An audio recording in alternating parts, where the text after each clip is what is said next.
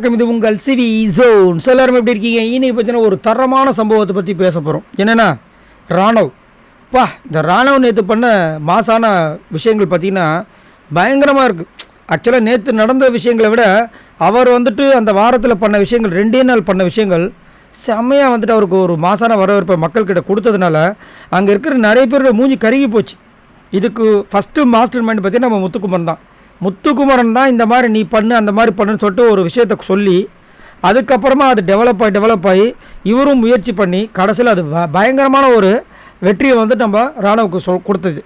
ராணுவம் வந்து பார்த்திங்கன்னா ராணுவ பேரை சொல்லும் போதெல்லாம் வந்துட்டு அவர் கிளாப் கிடச்சிட்டே இருந்துச்சு. ரொம்ப ஹாப்பி ஆகிட்டார். இந்த பக்கம் பார்த்தீங்கன்னா ஜாக்லின், சௌந்தர்யாக்கெலாம் ஒரு மாதிரி இருக்குது. என்னடான்னு ஜெஃப்ரி கூட கொஞ்சம் காண்டாயிட்டார், அருண் கூட காண்டாயிட்டார். என்னடா இது ராணுவ பேரை சொல்லும் போதெல்லாம் வந்து கிளாப் வருது. ஏன்னா மக்குன்னு சொல்லிட்டு இருந்தோமே, கடைசியில் இந்த மக்கா இருந்தேன் ராணுவுக்கு இவ்வளோ கைத்தட்டு கிடைக்குது அப்படின்ட்டு. ரியா ஆனால் கொஞ்சம் பாராட்டாங்க. நீ மற்றவங்க சொல்கிறதெல்லாம் கேட்காத, உனக்கு கிடைச்சதில்ல, அதை நீ யூஸ் பண்ணு அப்படின்னு சொல்லியிருந்தாங்க. அதேமாதிரி சிவகுமார்லாம் அப்படி தான் பாராட்டினார். ஆனால் மேடையில் ஒரு சம்பவம் நடந்துச்சு, சரியான சம்பவம். என்னென்னா ராணுவை பற்றி கேட்குறாரு. என்ன ராணுவ என்ன பண்ணீங்க, இதை நீங்கள் தான் சொல்லணும். ஏன்னா எல்லாருமே வந்துட்டு சார் அவன் பர்சனலாக பேசுறதுனால எங்களால் கண்டுபிடிக்கவே முடியல சார் அப்படின்போது, சார் ஆக்சுவலாக லாஸ்ட் வீக் வந்துட்டு என்னை எல்லாருமே என்ன சொன்னாங்கன்னா, நீ வந்து தேர மாட்ட, நீ வேஸ்ட்டு, நீ வெளியே போடணும். அதில் குறிப்பாக ஜாக்லின் வந்து என்ன ஒரு மாதிரி என்னை பேசிட்டாங்க. அப்போ இந்த வீட்டுக்குள்ளே எல்லாருமே ஒரு வார்த்தை சொல்லுவாங்க, sir Jacqueline this is for யூன்னு. அப்போ என்ன தோணுச்சு சார், இப்போ சொல்கிறேன் சார் சொல்லிட்டு மேடையிலே வச்சு ஜாக்லின் திஸ் இஸ் ஃபார் யூனர். எல்லாம் ஒரு மாதிரி கிளாப்ஸு. இந்த ஜாக்லினுக்கு பயங்கரமாக ஒரு மாதிரி அசிங்கமாயிடுச்சு. இதோ இப்படி கலாஸ்ட் அப்படின்ட்டு திரும்ப அவங்க ஏதோ அவங்க அவர் அட்டாக் பண்ணுறதுக்கு பேசுகிறாங்க. திரும்ப விட மாட்டுறாரு. இல்லை சார் அவங்க எப்படி ஏதாவது கண்டுபிடிச்சிருவாங்க சார், அதனால தான் சார் நான் அது இதுன்னு போட்டு அவங்கள ஏமாத்தினேன். திரும்ப பேசிகிட்டே இருக்கும்போது அவர் பேச விடாமல் பேசினார் பாருங்க. வாய் எப்படி கோணையாக ஒரு மாதிரி பண்ணுவாங்க பார்த்தீங்களா, ஓவராக தான் பண்ணுறான்ற மாதிரி அந்த மாதிரி பண்ணுறாங்க. அந்த ஆட்டிடியூட்லேயே தெரிஞ்சிச்சு அவங்க எவ்வளோ காண்டாக இருக்காங்க அப்படின்ற விஷயங்கள்.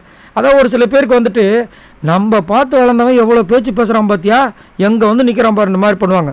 ஒரு சில பேர் வந்துட்டு பரவாயில்ல நான் பார்த்த பையன் இப்போ நல்லா வளர்ந்து வந்திருக்கான் அப்படின்னு நினைப்பாங்க.